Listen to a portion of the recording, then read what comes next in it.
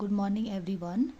आज हामी optical क्रसबाट glass prescription कसरी लेख्ने भन्ने कुरा सिक्छौँ।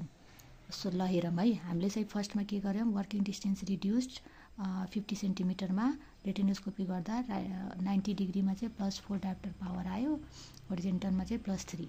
अब यसलाई चाहिँ हामीले सिलिन्डर र स्पेयर र एक्सिस मिलाएर कसरी लेख्ने भन्दाखेरि यसरी कसरी गर्दाखेरि यो दुईटैमा चाहिँ प्लसको भ्यालु कसको बढी छ, +4 को छ नि, त्यही भएर यसलाई चाहिँ स्पेयर बनाउने +4।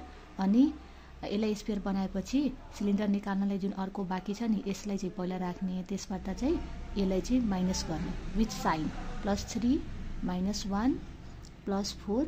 अनि यसलाई म्याथमेटिकल क्यालकुलेसन गर्दाखेरि कति आउँछ, +4 -1। अनि एक्सिस चाहिँ कुन राख्ने, जुन फर्स्टमा हामीले स्पेयर सेलेक्ट गरेको थियौँ नि त्यसको एक्सिस राख्ने। यो 90 डिग्रीको हो नि त स्पेयर, त्यही भएर यसले चाहिँ 90 राख्ने। अब अर्को हेरौँ। अब यसमा चाहिँ 90 डिग्रीमा +4, 180मा चाहिँ -3।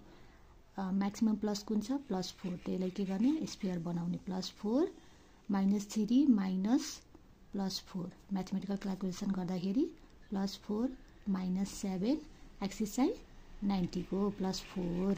यो 90 डिग्रीको स्पेयर बनाएको हो नि त, त्यही भएर। अब यता हेर्नुहोस्, यसमा चाहिँ -4 -3 छ। अब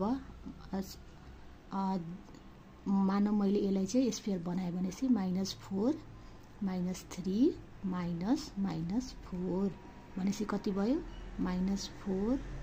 अनि म्याथमेटिकल क्यालकुलेसन गर्दाखेरि +1, एक्सिस चाहिँ कुन लिने, 90 वाला। 4 भनेको कुनमा छ त, 90मा, त्यही भएर 90 डिग्री।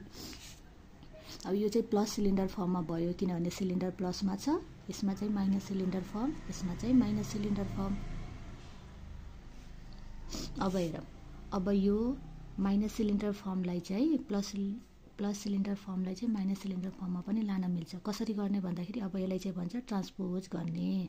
ट्रान्सपोज कसरी गर्ने, ल मानौँ यहाँ हेरौँ, यो -4 +1 @ 90 छ नि। अब ट्रान्सपोज गर्दाखेरि हामीले के गर्ने, स्टेप हुन्छ फर्स्ट सेकेन्ड थर्ड। फर्स्ट स्टेपमा के गर्ने, दुइटैलाई चाहिँ जोड्ने, -4 +1 विथ साइन भनेपछि -3। यो चाहिँ न्यू स्पेयर भयो। न्यू सिलिन्डर निकाल्नले के गर्ने, जस्ट पुरानो सिलिन्डरको साइनलाई चेन्ज गरिदिने, +1 देखि -1। एक्सिस निकाल्नलाई के गर्ने भन्दाखेरि यो जुन एक्सिस छ नि पुरानो, यो चाहिँ 90 डिग्रीभन्दा कमको एक्सिस छ भने 90 एड गरेर नयाँ एक्सिस निकाल्ने। 90 या 90भन्दा बढी छ भने 90 माइनस गर्ने। अब यो 90 छ भने 90 माइनस गऱ्यो भने 0 हुन्छ।